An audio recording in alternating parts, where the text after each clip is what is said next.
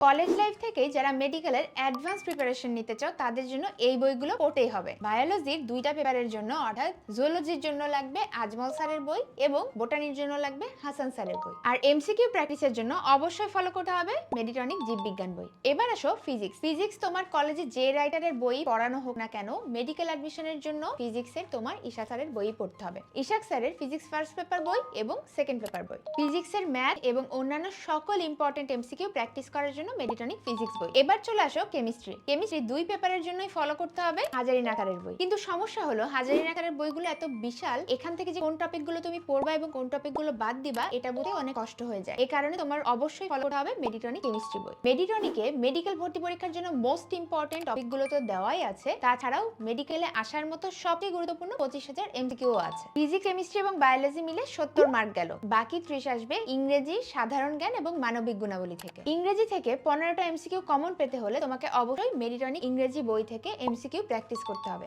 আর সাধারণ জ্ঞান এবং মানবিক গুণাবলীর 15টা এমসিকিউ পারার জন্য তোমাকে অবশ্যই মেডিটনিক সাধারণ জ্ঞান বইটা প্র্যাকটিস করতে হবে। কলেজে থাকা অবস্থায় এই মূল বইগুলো খুব ভালো করে পড়ো এবং মেডিটনিকের 25,000 এমসিকিউ কমপক্ষে 2বার সলভ করতে পারো, তাহলে কিন্তু মেডিকেল অ্যাডমিশনের অ্যাডভান্স প্রিপারেশনের জন্য তোমার আর কিছুই লাগবে না। মেডিকেলে চান্স পেতে হলে আজ থেকেই মূল বই ভিত্তিক পড়াশোনা করো এবং এমসিকিউ প্র্যাকটিসের জন্য মেডিটনিক বইগুলো অর্ডার করতে পারবে কমেন্টে দেওয়া হোয়াটসঅ্যাপ নাম্বারে।